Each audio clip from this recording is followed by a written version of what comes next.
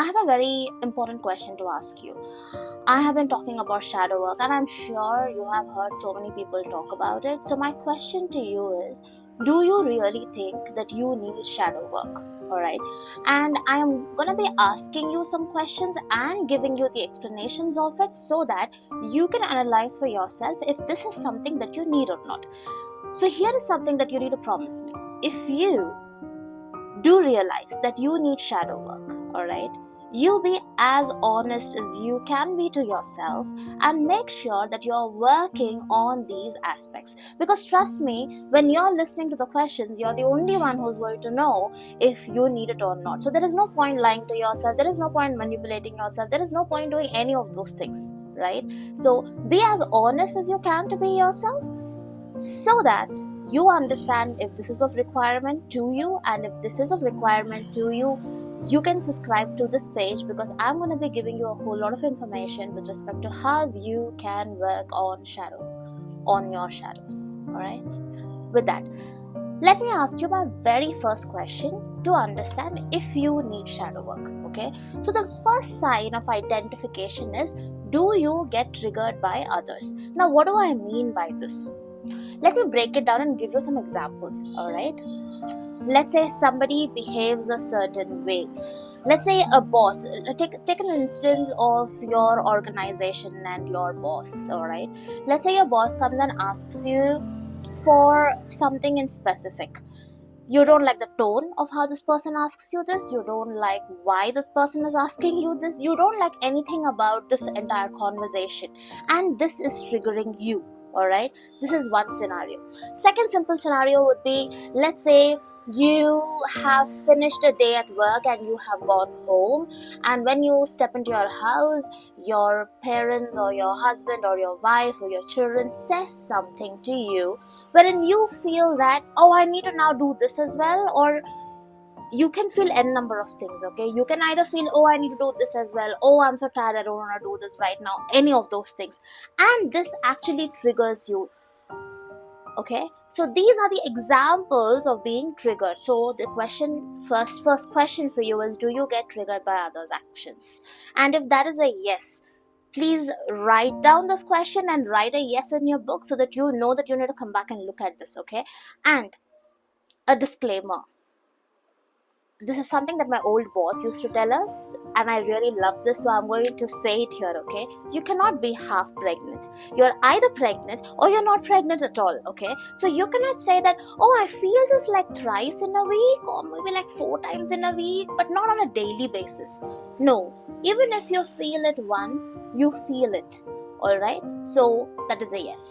The second scenario would be, are you attracting the same kind of experiences? What I mean by that is, let me explain it to you.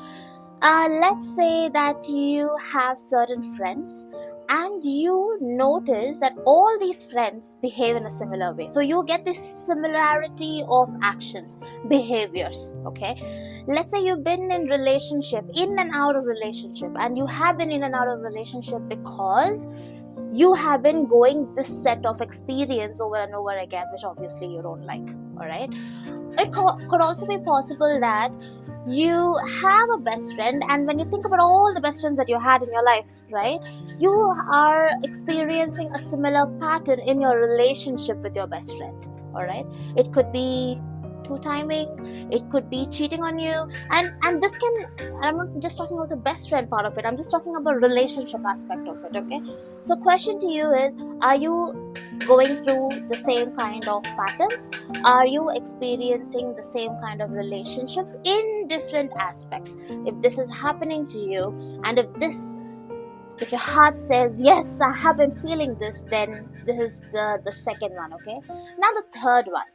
In the third scenario, the easiest way to test is, do you keep yourself away from certain people or certain situations? Okay, now I know there'll be a lot of people, the intellectual, the logical people, who would turn around and say, I pick up my fights. Right?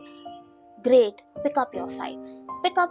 Be selective about your fights. But my question to you is, does places and people make you uncomfortable? Is there conversations that you don't want to be a part of?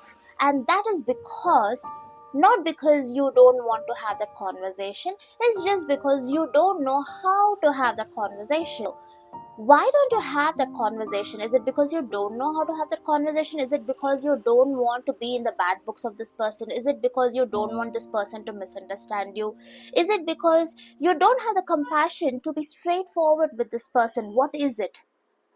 And if you have found yourself multiple times in situations that you are uncomfortable with, people that you are uncomfortable with, all right, this is something that you need to pay attention to, because in the outside world this might feel completely normal, but think about how many times this has happened to you, because how you do one thing is like literally how you do everything else. All right, so this is my third question to you. So reflect on this. Okay, the fourth one is very subtle. All right, you might be in the best paying job possible, you might be having the best life possible, okay, relationship wise great, travel wise great, you get to meet people, you get to go places, you have the finances, you have the beautiful life that you want. But are there times when you feel that something is missing? Are there times when you feel, when you sit by yourself mostly, okay, when you are by yourself, do you feel sad? Do you feel emptiness? Do you feel a lack of something in you? All right, reflect on this, ask yourself this, and if it is a yes and you have felt this multiple times, okay, so what people do when they feel this is they immediately go on to do something to distract themselves from that energy field. All right, so if you are somebody like that who distracts yourself from that energy field and says, okay, let me go make a juice, or let me go make that call, or let me go watch a movie, or let me just go to Instagram, or let me go to Facebook or YouTube or any of these places, distraction. If you are distracting yourself from that moment wherein you felt a little empty, lost, lack, then pay attention to those moments. All right, do you find yourself judging another person? I'm going to give you a very solid example from a client that I worked with. Okay, now this client, she's very straightforward, she is very talkative, and what I mean by talkative is she's very conversational, very humorous, she has a lot of things to say and express, and she's this beautiful human being. All right, now she is, I suppose, around 30 years now, and she's having this challenge conveying certain messages to her husband or her in-laws or her sister or her father, for that matter. All right, and she comes and when we do so there's a course that I take people through which is called Journeying. It's a 4-month course. So when she joined this course and we were going through this, she kept telling me that, Priya, I'm an introvert. I don't think I feel comfortable with people around me. I just want to be by myself. I don't want to talk to people. And believe me, she talks to me for those 2.5 hours that we are on the session. All right, and no mask and no pretense and none of those things. And I kept wondering, how can she be an introvert and be so openly discussing a lot of things? Now, it's a different thing that when you find somebody who can hold space for you, when you find somebody who supports you through this, you'll be able to open up. But the point is, how much are you going to open up? Because I have worked with a lot of people who really don't open up and cannot open up for some reason, right? Now, and I happened to ask her, hey, listen, were you quiet even in your childhood? And she says, no, I used to blabber a lot, and my mom and dad and my sister used to be like, please shut up and this and that and everything. And then she paused. She turns around, she tells me, oh my God, Priya, I'm actually not an introvert. I actually like talking to people. I like going out. What's happening? So I'll tell you what was happening. And the reason why I'm bringing out this example is also because before she had this realization, right, when she meet people who is laughing out loud, who's talking loudly, who comes across as having this larger than life aura, she used to feel very irritated. She would be like, why is this person talking like this or laughing like this? And when she realized this, she said, oh my God, I am judging the other person because I would like to do that, but I'm unable to do that because I have been shut down and I have been asked to shut up for too long. You see where I'm getting at? So That is one important question, guys. Do you judge others and you really don't know why you're doing that? It could be a possibility that you're judging somebody and then you ask yourself, why was I judging that person? Or then you ask yourself, what made me say or think the way I did, because I don't even know this person. You with me so far? Great. So now given you certain situations, right? Now I'll tell you why does it matter for you to reflect on these situations, alright? If you don't know why you are feeling the way you are feeling, you will not know what you need to correct in yourself, alright? Now, that is a baseline of it. I'm sure you have heard of it many times. Now, let me give you a very galactic perspective of it. All right. I again saw something pass by. Okay. So, now let me give you a very galactic perspective of this. Now, this is to all the men. All right. No. First, let me ask a question to women. Don't you have this sense of insecurity within you? Don't you have this sense of lack of safety within you? You might be very brave, okay? You might know the martial arts and the kung fu that you need to know, but somewhere down there in a very unconscious level, don't you have that emotion? Okay, and it is, I'm not saying it's wrong to have it or right to have it, I'm just asking you if you have it. And for the men, all right, now the men, don't you have this feeling that women don't understand men? Don't you have this feeling that we are beings who are not understood at all? Don't you feel that you need to be a certain way in order for the men to, in order for the women to, or men to get connected with you, right? Now I'll tell you why this is happening. 25 million years ago, this entire balance of divine feminine and divine masculine was disturbed. And what I mean by disturbed is the masculine became dark and toxic. When the masculine became dark and toxic, the divine feminine couldn't be divine anymore, so they became suppressed. Okay?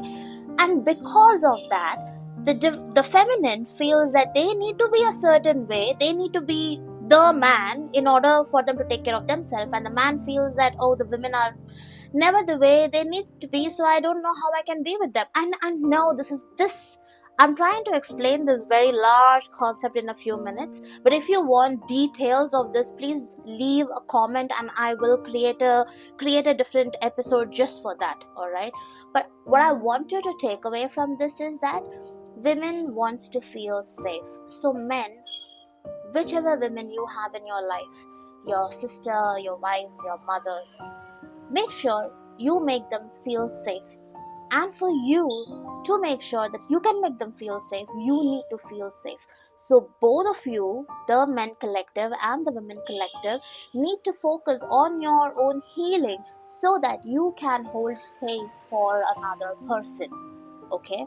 And the reason why shadow work is so important is because when you understand these things, when you unpack these things, when you see what is inside of you, when you realize where it originated from, when you accept your reality, then you become so powerful that you're able to transmute that emotion. So next time, after you have transmuted, I put you in a situation where you're uncomfortable, where you don't want to be, in that situation. You know how you're going to be? You're going to be there. You're going to understand what is happening. You're going to understand what's happening within you. Forget the outside. You're going to understand what is happening within you. You're going to ask questions to yourself. And while you're doing all these things, you are going to be compassionate to yourself. You are not going to be judging yourself. You are going to be the parent that you never had. So guys, try and understand if shadow work is important for you. If you were able to resonate with the pointers that I gave you, don't lie to yourself. It is important for you. And make sure you subscribe this page, because do understand that I am here for my soul mission, to get people into the frequency of their authenticity. And I will not be able to do that without you. So you subscribe, and many more people will get to see it, and there will be a lot many more people who are getting into their authentic frequency. And when people get into their authentic frequency, all the other emotions like jealousy, greed, regret, sadness, heartbreaks, it's all going to disappear. Just like that, just like magic. Alright? So, I will see you in my next episode with another interesting topic. And if you want to know something in specific, please drop it in the comment and I will see if I know about it and if I can answer you. Alright? So, just make sure you like and subscribe. I will see you soon. Bye bye.